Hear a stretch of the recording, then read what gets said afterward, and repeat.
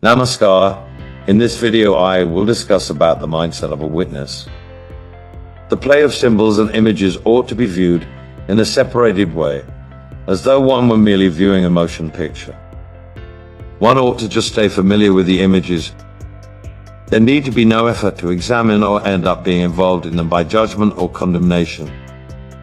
When the images are therefore viewed objectively, the ego ends up being momentarily inactive. It no longer relates to the inhibitions, likes or dislikes that reinforce its specific nature. Therefore, it no longer represses material that is in dispute with its preconceptions, nor does it selectively apprehend just that material which supports its opinions and bias. Irrational, afraid, or impractical devices and desires rise into the mindful mind, and when seen objectively, disappear or are incorporated into awareness.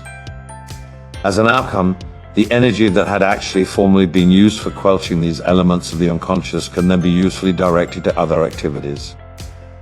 Over an amount of time one gains greater understanding of his own nature, and the dispute in between the conscious and unconscious mind ends up being lowered.